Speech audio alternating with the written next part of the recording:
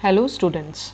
So this is the lecture for the reaction, that is what happens when metals react with water. So today we have to see that what will happen when metal will react with water. In my last video I have discussed the activity 3.8 and 3.9, so you can have a watch over there.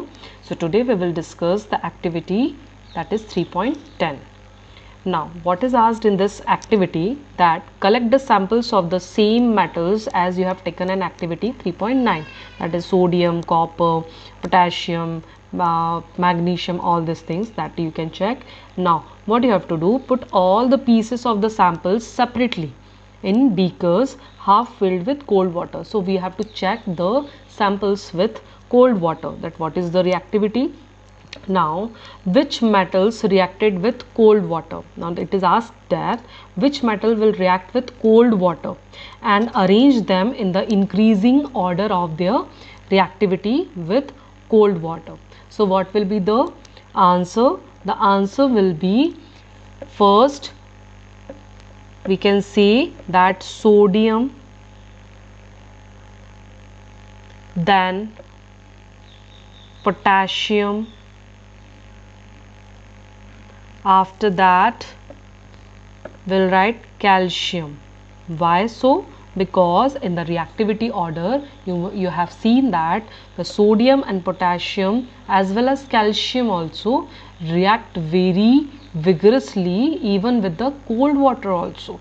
So that is why the sodium, potassium as well as calcium will react with cold water, but rest of the metals will not react with the cold water, as just these metals react. So this is the order. Did any metal produce fire on water? Yes, we can see that sodium as well as potassium both react vigorously even with the cold water, and so vigorously that they can catch fire even. So the answer will be yes. Sodium and potassium catches fire. Does any metal start flowing after some time? Yes, that is the answer. Magnesium. We can see that the magnesium, due to its less density, will float on water. Put the metals that did not react with cold water in beaker half filled with hot water. Now we have to check for those metals that didn't reacted with cold water, so we'll check them for hot water. For the metals that did not react with hot water, arrange the apparatus as shown in figure that is given in the book and observe the reaction with steam. That means we have to check the metals for the hot water as well as for the steam. Let us check. Now, which metals did not react even with steam? Then the answer will be copper, lead, silver as well as gold. Why so? Because we know that these metals are very least reactive, so they will not react even with steam also. As you know that the cold water, they are not reacted with cold water, not with hot water, neither with the steam, because you know that the steam is having the more temperature. So that is what the least reactive metals will not react with even steam also. Now arrange the metals in the decreasing order of reactivity with water, means in the form for the water, that is you have to write the reaction or reactivity order. So again we will write the same reactivity order for the metals that is taken as a sample. First will be sodium, most reactive, potassium, calcium, after that magnesium will come as it is least reactive than calcium, then aluminium,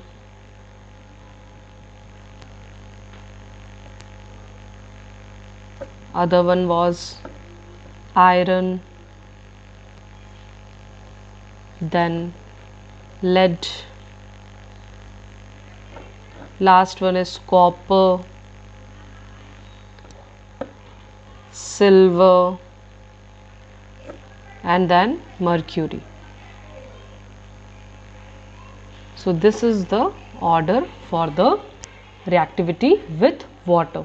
So here the sodium, potassium, even calcium will react with your cold water, while lead, copper, silver, gold will not react with the steam also. Okay. So now let us check out the reaction of metals with water. For that, the concept says metal plus water gives you metal hydroxide and hydrogen, releasing the hydrogen gas. So let us check out the reaction. First we will just take the sodium and potassium. So we'll write the reaction for that. If we talk about sodium, water, then what will happen?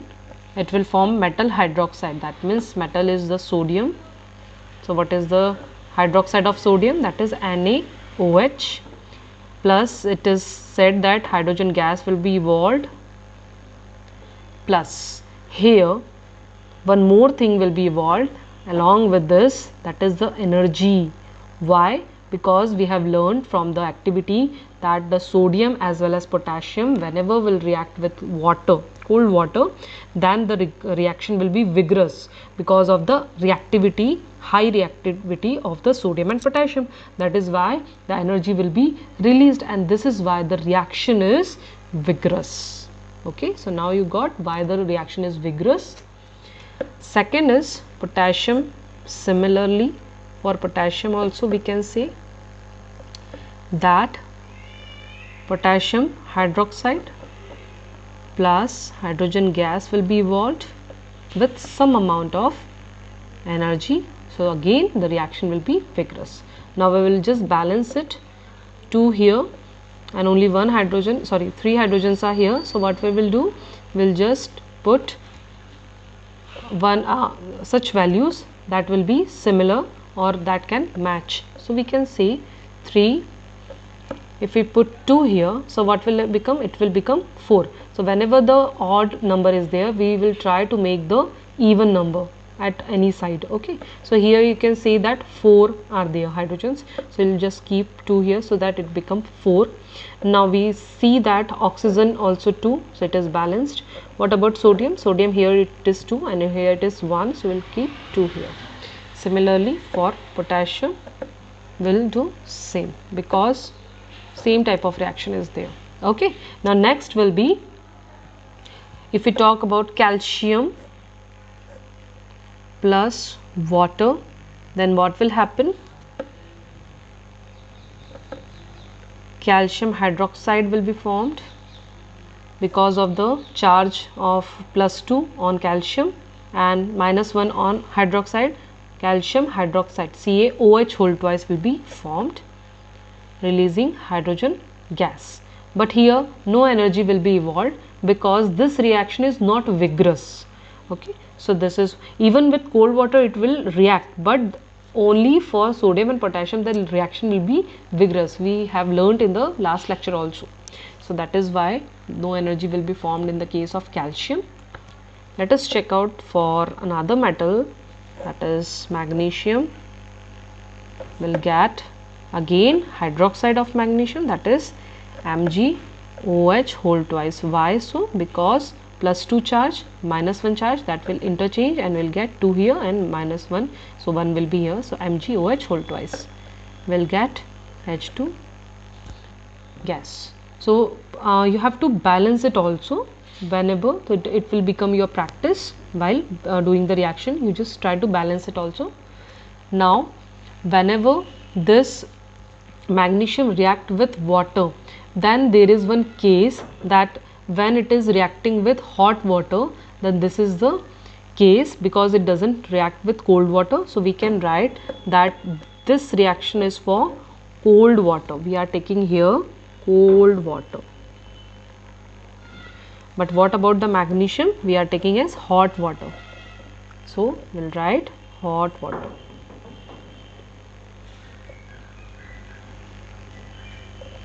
Then we will write that magnesium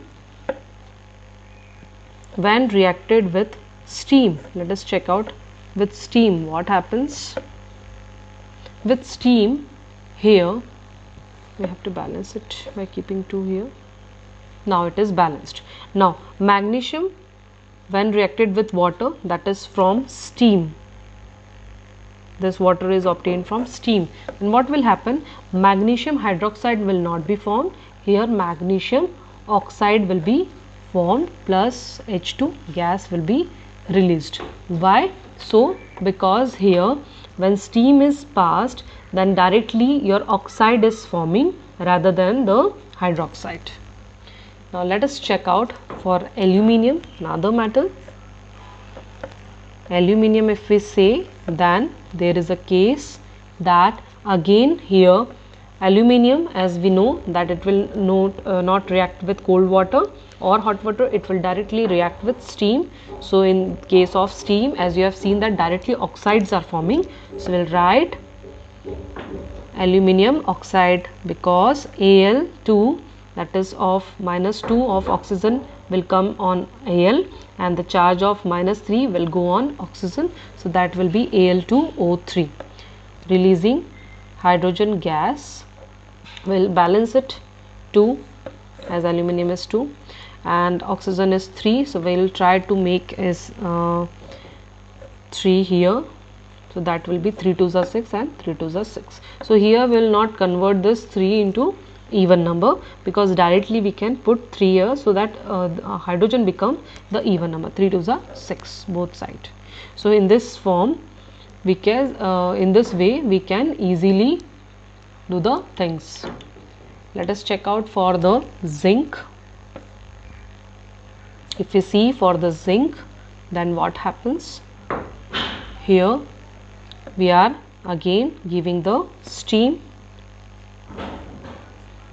So ZnO, because oxides are directly formed when we are passing the steam, as you know, then H2 gas will be formed.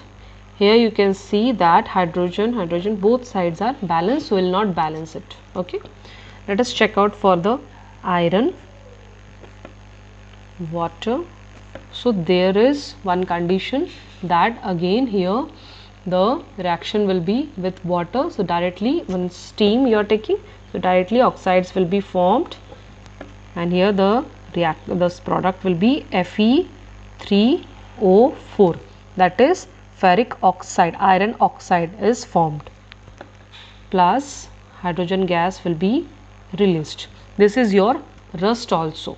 So iron forms rust when it is reacted with moisture or when it absorbs moisture. So here 3Fe, because Fe is here 3. Let us check for hydrogen, it is okay, but your oxygen is 4 here, so we have directly keep 4 so that oxygen will get balanced. Now 4 2s are 8, so we'll just write 4 here also. So both side it is balanced. Now if we talk about other metals like copper, silver, gold, then they do not react with even cold water, hot water or even with steam. So that you have to make sure that other metals,